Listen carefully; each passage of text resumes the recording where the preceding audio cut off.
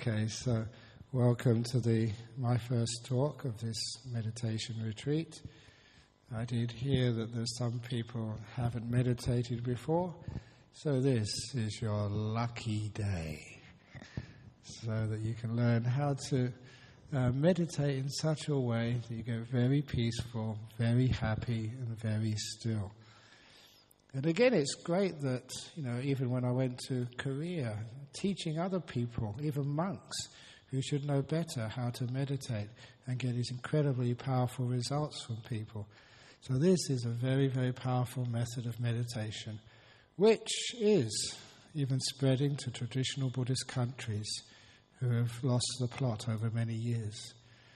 But I'm being honest. So this type of meditation is learning how to relax the mind, and to understand exactly how it works, to understand that meditation is all about keeping the mind still. So if you start by even imagining the word stillness, and getting your head inside the word stillness, the whole purpose of meditation, on the path of meditation, becomes very clear. If you are going to incline your mind towards stillness, all activity, all control, all choosing creates agitation in the mind. And when the mind becomes agitated, you move away from stillness. But the less one actually does, the closer one comes towards stillness. Ajahn Chah, my teacher, would always use a simile. He would wave his hand up and down, and he said, this is a leaf on a tree when the wind is blowing. And this is not the natural state of a leaf to move up and down. It's only caused by the wind. And when the wind stops, yes, the leaf keeps going up and down, but less and less and less, until eventually the leaf becomes perfectly still, which is its natural state. He said it's the same with the human mind. The natural state of the human mind is to be still. It only moves because of some things outside of itself, creates that movement and agitation. And those things are called wanting, and the activity which comes from trying to achieve what you want. So, in brief, the whole path of meditation is letting go of all wanting, being content, just being here, so you can experience deeper and deeper states of stillness. And eventually, you'll find the mind does become incredibly still. And a mind which is still is, number one, very profound. It feels like this is the sort of thing which meditation should produce. It has that feeling of holiness or spiritual depth, of profundity. It smells of that. And number two, it is so pleasant. It's a very, very happy state. The more still you are, the happier you feel, which is almost like a side benefit. But it also means that you start to enjoy meditation. It becomes one of the greatest things you could ever do. Even last night, I just came in from Korea yesterday afternoon and gave a talk at Nolamawa Center. And I did have a bit of a cough because of the pollution in Korea coming over from China. It was also very cold. Coughing and spluttering, and then learning how just to get into your meditation before the talk. And really sort of touching the sweet spot of meditation. It's just so blissful, to come back from a long trip, tired and a bit sickly, and still be able to shut your eyes and just go into this really sweet spot of meditation. And afterwards I came out, I had to suppress, oh wow, this is brilliant. So it's one of the best things which I've ever done is learn how to meditate properly and to experience and appreciate the joy of stillness. So that's number two. This is going to give you a lot of happiness when you get into it. And lastly, it gives you the insight. You can actually understand the truth of things. And one of the most important things to understand is just what stillness truly is. When you understand what peace is, it makes the way we run around in this world, we realize how crazy we are. It's a strange thing, but you'll be here for 9 days, and day after day after day, everybody else will be roughly slowing down at the same rate. And after 9 days, when you get back, when you go home, when you get in your car and start driving down those highways, you'll think, my God, people are crazy. They're mad. The way they run around and drive so fast and have all this loud music in their cars and other stuff. Crikey. I used to be like that 10 days ago. And you were, or rather you are right now. You're crazy guys. But little by little, you'll slow down. And then when you leave, you realize just how foolishly you rushed around when you realize what peace really is. Things like that start changing your life. You realize, what am I living like this for? Rushing around, trying to get when I can get everything I ever wanted just by being still. Peace, happiness, contentment, fulfillment.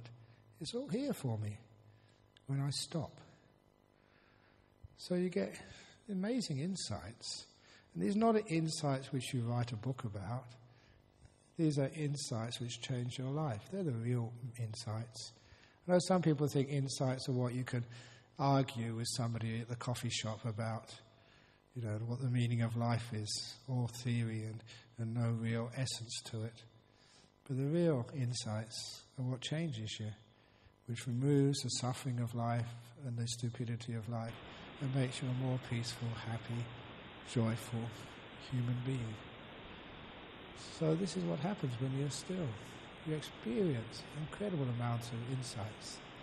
And they just come quite naturally. Classic simile, I was just having a walk around beforehand, get some exercise, blow the cobwebs of travel off me, and just seeing the lakes. We're fortunate here. We've got a couple of little ponds and one nice lake. There's a few ducks swimming on that lake. It's very, very cute. But I always remember that lake, if the ducks aren't swimming on it, and if it's a quiet day, you get a very good reflection in that lake of the hillside and maybe the stars at night time. And I came in last night. It's a beautiful, clear night, very different than the pollution you see in sort of big countries like Korea, which is very heavily industrialized. To enjoy the beautiful half moon and also the stars at night. It's a beautiful place to be here in Australia. And to see the reflection of that in the lake. You can only see the reflection if there are no waves on the surface of the lake. If there are any waves at all, it distorts the image. So the cause of seeing a true reflection of nature is having a mind which is as still as a calm mountain lake. A mountain lake so still that nothing moves across its surface. So it's like a mirror, a beautiful polished sheet of glass which perfectly reflects the truth all around it. That's what happens when you become still. So stillness is the whole point of meditation. From it we get peace, happiness, and insights. So when we understand that it is stillness is the goal of our meditation, it makes everything else which I'm going to say in this retreat, it makes sense. In order to be still, I've got to somehow or other trick you into stop messing around with your meditation, to leave it alone, to let it be. Just whatever the mind wants to do, off you go. It's your thing. I'm just going to sit here, be still, and just watch. it's very easy for me to say, oh, just let go, don't do anything, be still. But that really goes against the grain of everything you've ever done in your life. Ever since you were small, you were encouraged to put forth effort, to strive. If you want to achieve, you got to work hard for it. And now someone comes along and tells you to go in totally the opposite direction. Stop all this striving. Stop and be still. I know sometimes people always ask me, what about right effort? Right effort, Ajhan Brahm. That's an important factor of the Buddha's teachings of the Eightfold Path. It is. It's the effort to renounce, to let go, to be kind, to be gentle. It's the effort to do something you're not used to. It's the effort to stop, to restrain. That is the effort. Really, it should be no effort at all. It's just stopping old bad habits of always getting involved. You are, except for Dania, you are visitors to this retreat centre. You don't live here. You're just only here for a few days. So it's very easy not to worry too much about your room, about the buildings, because you're only going to be here a few days and then you're out of here. You're a visitor. And a visitor has a very, very different mindset to an owner. If it's me, I've only just arrived here late last night, went around checking, making sure everything is okay. You don't do that. I do that because I'm responsible for this place. If you're a visitor, it's much easier to let things go and let things be. For example, if you visit somebody else's house, you go there just to have a cup of coffee. How many of you, when you visit your friend's house, do the washing up for them, vacuum the carpet for them, and mow the lawn for them? You never do that to somebody else's house. You're just a visitor. A visitor doesn't have responsibility, which means they can just let things be and they can appreciate the place for what it is rather than thinking of all the things which need to be fixed up. That was one of the insights I had years ago when I realized I was working so hard in our city centre, going overseas, this place, Bodhinyana Monastery, just more places where I'd had to work. And people would come and they'd say, what a beautiful retreat centre you've got. Are you kidding? Haven't you seen that building which needs to be finished over there for the caretakers? Haven't you seen all the stuff which needs to be fixed up? The gardens which aren't finished yet? You can't see that because you're visitors. The Bodhinyana Monastery over the road, every time I used to walk over there, I see all the things which need to be developed, to be fixed, to be cleaned. Visitors would come and say, oh, that's a beautiful monastery you have there. I think, are you joking? A beautiful monastery? Can't you see all the work which needs to be done? They said, no, because I'm a visitor, not an owner. So I decided one morning every week I would pretend I was a visitor to the monastery in which I lived, not an owner. Same with Dania. On this retreat, Dania, you are not the caretaker, you're a visitor to this retreat. And if you're a visitor, you've got no responsibility. And as soon as I changed my mind from being an owner to a visitor, the monastery in which I lived looked so beautiful, so perfect, because I just could not see the things which were wrong. I was a visitor, not an owner. And that was a way I could relax in the monastery in which I lived. If ever you want to try that when you go home, spend a couple of hours every week, longer if you can, imagining you are a visitor to the house in which you live, which means you do not have to tidy up or wash the dishes. You can just enjoy the place like any other visitor would do. And I use the same for meditation.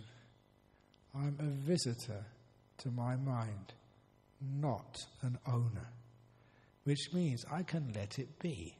I don't have to fix it up. I don't have to see all the faults and mend them all. I'm a visitor to my body and mind. And with the idea that you're a visitor, not an owner, it makes it again much easier to let things go, to leave them alone, and just to enjoy the moment. You've been fixing up your body and mind ever since you were born. Give it a break.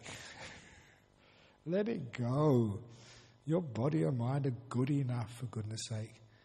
Otherwise, you'll never find stillness. Some people think, I'll fix it up first and then I'll be still. I'll wash the dishes, write the letters, finish the emails, and when that's all done, then I can take a rest. No matter how many people I keep asking, when are you retiring? When are you retiring? Oh, next year. That was about 10 years ago. Always, yeah, I'll retire. Yeah, I'm gonna do it, yeah. They never do. So, any of you thinking of retiring, you have retired now. For 9 days you've retired. You've got no work to do. You've got no business. Those of you thinking of separating from your partner, you've separated now. You can be back with them again in 9 days, but now you are divorced. You're single again. No responsibilities, no worries, no business. Just be free for 9 days. Just to let things go. You're a visitor, not an owner. And don't try and own your own body and mind either. Be a visitor to your body, a visitor to your mind, which means you don't own anything. And stop being so damn critical. My mind is tired. My mind is restless. My mind is all over the place. It's not your mind. Leave it alone. You're just a visitor. Then you can appreciate its beauty, and you can also find some peace. It's a trick so you can let things go and don't always be this control freak. The control freaks, there's so much the different levels of control freakness. The big control freaks want to control the whole world. You know, the Obamas, Julia Gillard, Rupert Murdochs. They want to control everything. And then you've got the control freak, your boss, who wants to control the office and all the people who work in it. And then there's a control freak, and the person who, they used to say, wears the trousers in the family, whether it's the husband or the wife, or sometimes the kids control all of you. Whoever it is, some people like to control others. And the very, very, very least, you're the control freak of your own life. Now, everybody seems to do that, except wise meditators. What's it like to be with a boss from hell? Have you ever worked for a boss from hell? If you have, or I'm sure that you have, those people who think you have not, you have got a boss from hell. And that boss from hell always ordering you around, never allowing you to rest, never appreciating all your hard work, always giving you a hard time. That boss from hell is you. You are your own boss from hell. I'm doing a 9-day retreat. I'm no messing around this time. You were here last time, but this time you are going to get jhanas. Okay, none of this sleeping in. You're going to be here 4:30 every morning without fail. If you don't get here 4:30, or if you get here and you fall asleep, no breakfast. Okay, I'm going to be strict with you. And that boss from hell, please, that's not allowed in this retreat. Don't be your own boss from hell. Because the way to let go, what right effort is the effort to renounce, to let go, the effort to be kind. no kindness, compassion, gentleness. That takes effort. It goes against the grain to forgive, to let yourself be, just to be generous to yourself. That's so hard for people to do. It takes effort. So on this retreat, if you haven't been told already, this is a compassion, stillness, gentleness retreat.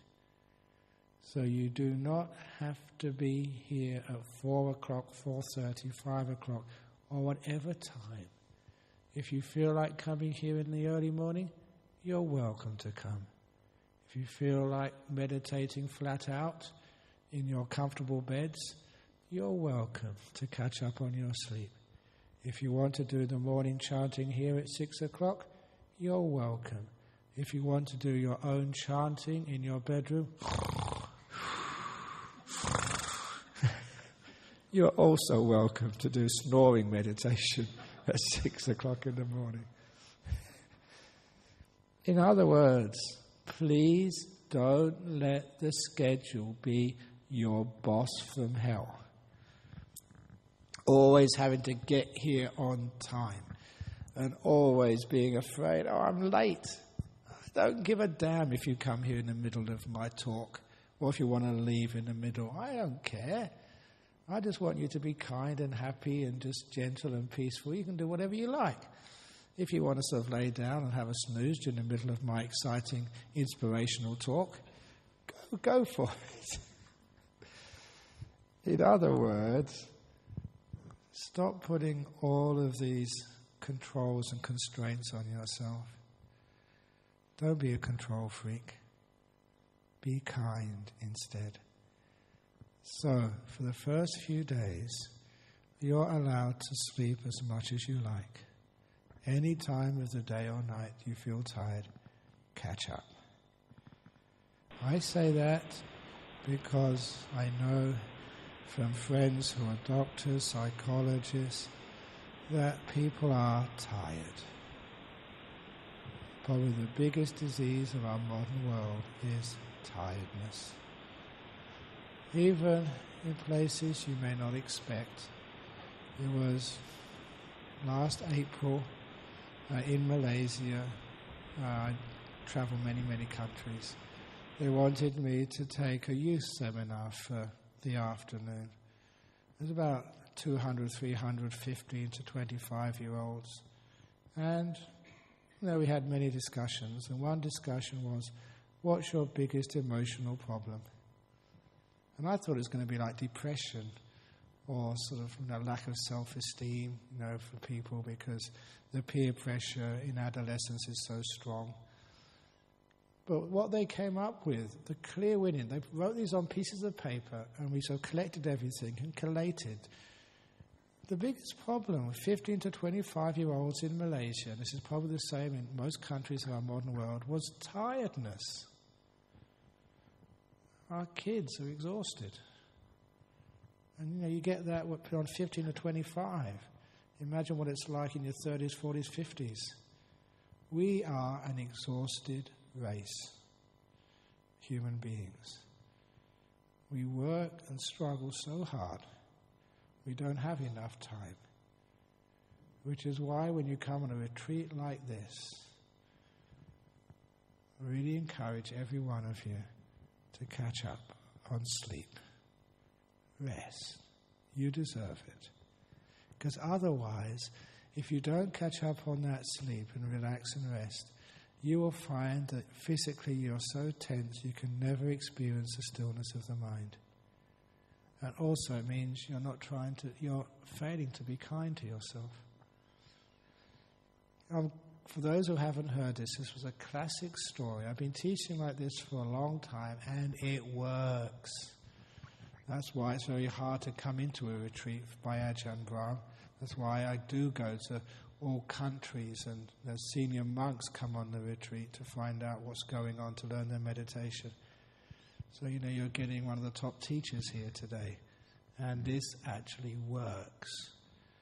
The classic story, many, many years ago, teaching a retreat in Sydney, and an executive, from some big company in Sydney, she arrived really late, about 11:30 at night, because you had to try and tie up all the loose ends before she could arrive at the retreat. So she arrived in the middle of the night. So she missed the evening talk, and when I she asked for a quick interview in the morning. When I told her this, that most people are tired, so to practice your kindness, you'll take as much sleep as you want. She really took that advice on board. She went straight back to bed, got up for lunch. After lunch, went to sleep again. She got up in the morning just before breakfast. After breakfast, went to bed, got up for lunch, went to bed again afterwards. She said for the first 2 or 3 days, she slept and slept and slept. She was just catching up. After 3 days, she had hardly done any meditation at all. But she felt so good, as you do when you really caught up on your sleep. Oh, I really feel got energy now. I feel healthy. And then the next 3 days, she started to get into her meditation, and she caught up with everybody else. So by the 6th day, she was on a par with all the other people. And of course, the last 3 days, she just took off. She was one of the star meditators. Really got some really deep meditation. And I used her courage and wisdom as an example for all others. If you try and meditate with a tired body, it doesn't work. You can't get deep. It hasn't got the energy, it hasn't got the joy, it hasn't got the comfort. Which is why even the Buddha, before he sat under the Bodhi tree, he had good rest, bathed, he had actually a meal fit for a heavenly being before he became enlightened, to get his body really comfortable. And then when he meditated, it's so easy to get into deep meditations. So that's advice number 1 for you. If you feel tired, rest. As you rest, you go to bed. When you don't set alarm clocks. When you feel you want to get up, have a shower, cup of tea, and then meditate. And you feel really good. The body is ready to meditate. So that's number 1. Please be kind to your body for the next few days. Don't keep pushing it. They're making it tense. And if you can do that, with your body, it's pretty easy to do the same with your mind. To be kind to your mind in order to bring it to a state of peacefulness, of stillness. Those of you who've known my method of meditation, it's just making peace, being kind, being gentle. That's all you ever do. Making peace, being kind, being gentle with every moment. That is the essence of meditation. It's nothing really to do with what you are watching. Observing the breath, observing your body, observing loving kindness, blah, blah, blah, blah, blah. All of those are just skillful means. It's what you're actually doing, not what you are watching, is the essence of meditation. So it's making peace with your dullness, being kind to your restlessness, being gentle with your body. That is the essence of meditation. As far as what you're experiencing with present moment or with the breathing or with beautiful nimittas, these lights which come up in the mind, that's just what happens when you make peace and are kind and gentle. That's just par for the course. This is what happens. These are just stages of letting go, that's all. But unfortunately, that many people, they want more than just saying, "I'll just make peace, be kind, be gentle." So that's why that sometimes, again, we have these little tricks. So you can learn how to make peace with things. So you can be more encouraged to be kind and gentle. And just even taking rests is one of my tricks to teach you how to be kind To be kind to yourself and to your body, for goodness sake. If you want to try and control your body, say, I've slept enough, I'm going to meditate now. That attitude never works. If you have that attitude to try and control your body, the next thing you'll do is controlling your mind. And you'll never find any peace that way. The old simile, I'll say it once, I probably won't say it again because I say it too many times. How do you keep the water in the cup perfectly still? I have a cup half full of water, I hold it up and it is moving. I try really hard to keep the water still and it's still moving. I focus, I concentrate, I put forth all my effort. The water always moves. This is the way that many people meditate, trying to hold their mind still. And if it doesn't become still, they just try harder. And they really put force and focus and time, just like the monks in Korea were doing. Holding their mind hour after hour for 3 months, trying to find some stillness. And they just couldn't do it. And then a smart aleck monk from the West comes along and says, hey guys, that's not how you can keep your mind still. Put it down. Let it go, for goodness sake. They said, but as soon as you put it down, it moves more. Yes, it does move more when you let go. Only for a minute or two. When you let go, your mind becomes more sleepy, more restless. You get more thoughts coming in your mind, not less when you first let go. But keep on letting go. And after, okay, it's already still. Now that water in my cup is perfectly still. And it's so easy to do when you know how. No effort, except the effort to stop myself picking it up again. That's my effort. Stupid. Don't do that. The effort is to restrain the urge to pick things up and control them. The effort to be kind, just to let it be, to be gentle. That is how we meditate. So, we let our body down, let it be peaceful. We let our mind be still. We let it be still. We don't try to be still. And you'll find the meditation becomes the easiest thing in the world. And states of meditation you thought were totally beyond you become accessible. You too become peaceful. You too experience this incredible stillness of the mind, its power and its beauty and its profundity. It just happens to you when you learn how to stop. So, first of all, stillness is what we're trying to cultivate here. We're not having lots of stress by keeping to the schedule. Everything on this retreat is optional. So you don't have to get up at 4:30 or 5 o'clock. I haven't even seen the schedule. Breakfast at 6:45 is optional. You don't have to have breakfast. I said that this morning. You'd always, don't worry about alarm clocks. You will always wake up at 6:45 and you always know when it's lunchtime. So afternoon meditations, if you feel like meditating, come in here, meditate. If you feel like doing walking meditation, walk meditation. Keep it nice and soft and easy.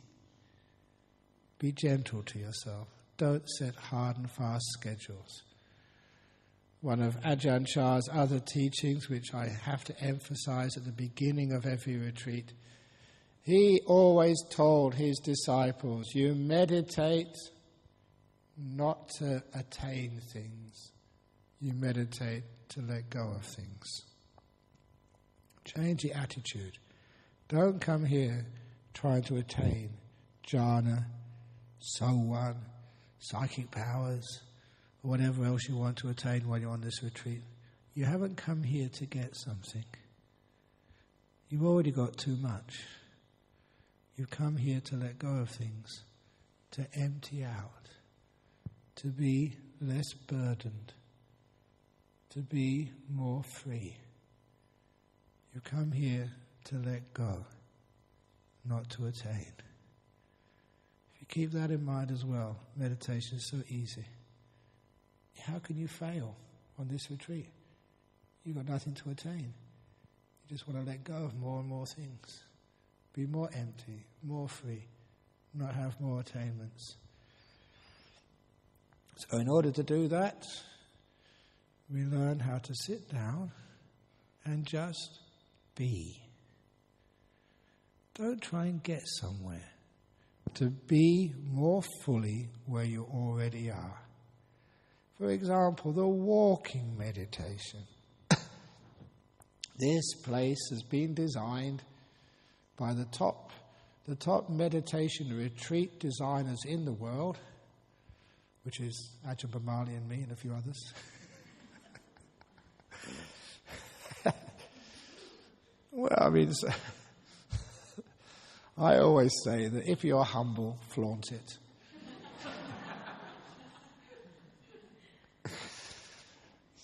So we've got these beautiful walking meditation halls. And if you look in those halls, there's red carpets. This is how we really appreciate walking meditation. It's red carpet treatment for the walking meditation. So you walk, you start from one end, you walk to the other end, you come back again. That's called walking meditation. But people say, well, what do I do? You start at one end, walk to the other end, and come back again. But yeah, what do I do? Shut up, nothing. Just start at the beginning, walk one end, and walk back again, and keep on doing that. But what's the point? Exactly, it's got no point. You end up where you started, which is beautiful. Why is it in your life you always have to do something for a purpose? This is... That's why I like the walking meditation. You don't get anywhere. But you can be where you are. So you're not trying to get somewhere. So if you're doing walking meditation, start with it, go back and forth, however long you like, not getting anywhere. Your whole purpose is just to be here. And don't make being here a goal. Okay? Being here is what happens when you stop having goals. So you're just here, you're with your body when you're walking, you're with this moment, you're just being here, instead of always having to go somewhere else. And try to be a bit still and quiet, because a lot of time when you think there's nothing to do, you go off fantasizing, planning, writing your memoirs, or whatever else goes on in your head. And don't think that no one can know what's going on in your head. Remember, monks who've got deep meditation can read people's minds, so be careful. Otherwise, I might tell everybody else, especially your wife, what you're thinking. No, I won't do that. But no, just, you know what you're thinking. So don't sort of waste your time just in fantasy world, or planning a future which will never exist, or remembering a past which has been totally distorted. It's not really what really happened. So just please let go of the past and the future when you're walking meditation. No past, no future. Just with this one step you're walking now. And just being more fully where you already are. Just learning how to be here. There's the same when you're doing sitting meditation. What's it like to be here? What's it like to be you with your eyes closed, with nothing to do, nowhere to go, nothing to achieve, just being you, whoever that is, being in the moment. For those people who want to have something to hang their doer onto, just do the present moment. No past, no future. You know, it's so lovely not to have to worry about the future. I've got so many things I should be doing. Same with you. All the stuff which you're supposed to be doing, people you're supposed to be calling, articles you're supposed to be writing, things you're supposed to be fixing. Oh, what the hell. I'm going to just let it all go wrong. I've got this saying, that when I become irresponsible and I stop planning the future, there are lots of problems for the future when I don't plan in advance. Things go wrong. That happens. It happens to all of us. If you don't plan, there's going to be things go wrong. But when I do plan, things go wrong anyway. Either way, they go wrong. So I decided if they're going to go wrong anyway, whether I plan or don't plan, it's much better not to plan. Then I can enjoy things before they go wrong. I expect everything to go wrong. It always does. Even if you ever notice when you really plan everything, when you micromanage and you get plan A, plan B, plan C, what happens? D always happens. It doesn't matter how many letters there are in the alphabet. What actually happens is something different than you plan. If you want to have a definition of life, that's what it is. Life is what you never plan. At least that's my life. I never planned to do this. The last thing I expected when I was young was to be mooning around Korea teaching Zen monks how to meditate. That's the weirdest thing. So all this stuff which, life is just totally unexpected. And understanding that, what's the point of planning things? It's absolutely craziness. Just let it happen. Who knows what's going to happen in the next 9 days? Stop planning anything. Don't even plan lunchtime. It just happens. It arrives. So you don't have to think about it. So because of that, you can be totally free of the future. Absolutely free. Isn't that blissful? I have got nothing to worry about in the whole world. No financial worries. Who cares, just what's going to happen next? No husband worries. Who cares what he's doing when you're away? No wife worries, no kid worries. Just let everything disappear. Be totally free. This is your retreat. It's a retreat from the future. So no plans, no worries, no anxieties. All you have to do is just to be here. And all your past, I don't know what your history is. Some people have been through hell, double hell, treble hell. They've had such difficult lives. We've all got our wounds and our traumas. But please, they're not allowed in Jhana Grove. The whole past is left outside the gate. So you have no past. You untie that heavy burden from you, as if you've been dragging this heavy sled with all your past memories, dragging it up a muddy hill. It's just so tough, dragging the past, dragging it. And now you untie it, so you can be free, not carrying anything behind you. All it really needs is just that confidence to do that. Say, is it all right that I don't need to weigh myself down with the burden of my past? Of course it is. So what the Buddha kept encouraging people to do, to let it go, be free.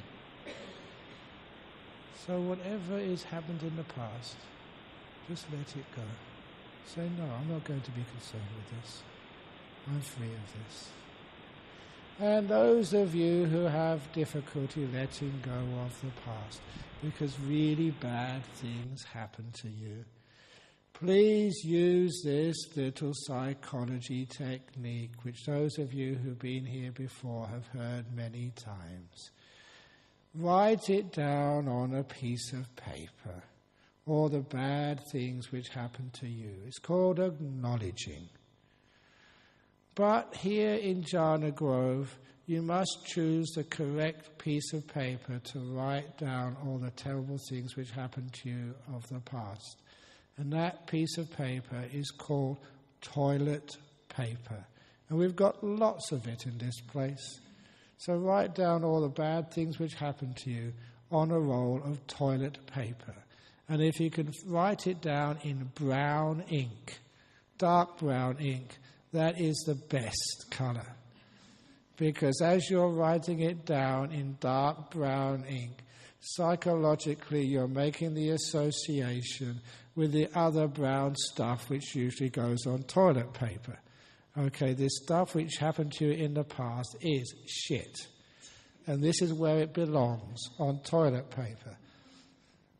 And once you've made that association of the terrible things which has happened to you in your past, you also know that once you've used a piece of toilet paper, even if there's still many unsoiled parts on that toilet paper, even though you may be the most environmentally sensitive person on the planet, you still do not put used toilet paper in your pocket to be used the next time to save on paper.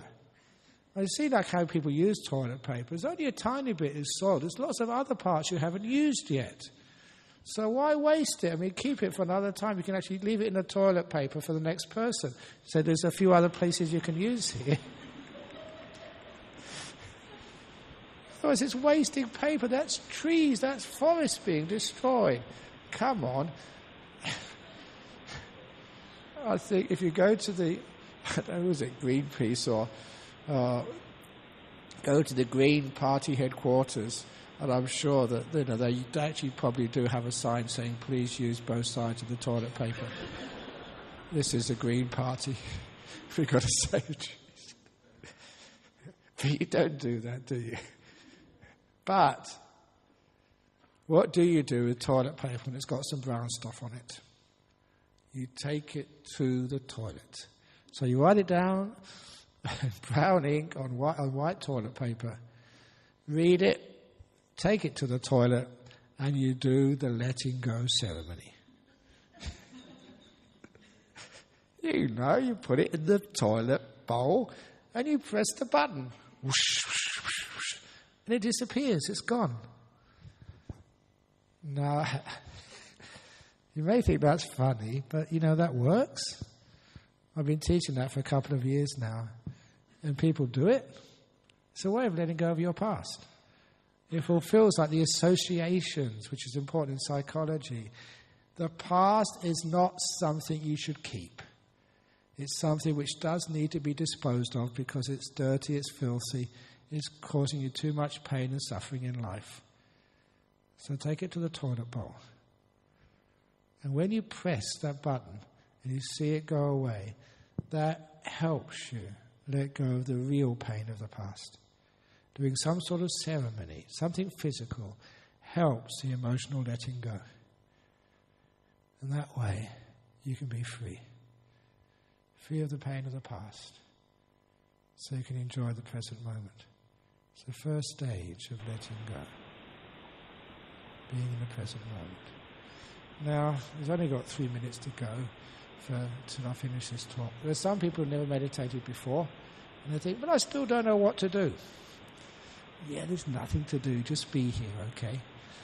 But, it doesn't work with people. So, stages of meditation. Present moment awareness, first of all. Sit down, no past, no future, present moment. Get into the present moment, for goodness sake. Number 2, shut up. Be silent. Stop talking to yourself so much. And if you want to know how to do that, there's a little technique which you can do. I always like to try and find a little mantra. The mantra is like a group of words. And sort of the best one is one of the ones used in Indonesia for Indonesian Buddhists. Whenever they meet each other, they always tell each other, Namo Buddhaya, which means homage to the Buddha. It's very short, but very beautiful. It's just a greeting between Buddhists in that country. So you can use that, Namo Buddhaya, 5 syllables, chant it to yourself. Namo Buddhaya, Namo Buddhaya, Namo Buddhaya, again and again and again. That blocks out all your thinking. So you can't be thinking about the cricket or thinking about the stock market or thinking about that really hot girl who's in the cottage next to you or whatever else you're thinking. Instead of doing things like that, you have Namo Buddhaya, Namo Buddhaya, Namo Buddhaya. And then put spaces between the syllables. Na, mo, bud, da, ya, na. And listen to the space. That's silence. That's peace. There's a great deal of stillness in the spaces between the syllables. If your mind is very restless, you'll find thoughts will come up in those spaces. If that happens, close the spaces down. Na, mo, bud, da, ya. Only have tiny spaces. As the mind settles down and not so many thoughts come up, lengthen the spaces. Na, mo, bud, da. The more calm you become, the longer the spaces between the syllables, and the more silence you have. So you can adjust this little mantra to suit your state of mind. If you're restless, there's hardly any spaces at all. As you become more still, lengthen the spaces, until you can make those spaces so long you don't need the mantra anymore. You have silence. You're aware.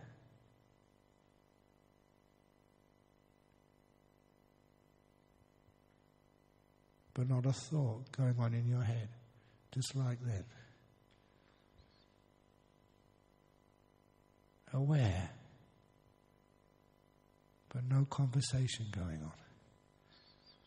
That is beautiful meditation. So, that is the basic instructions so far.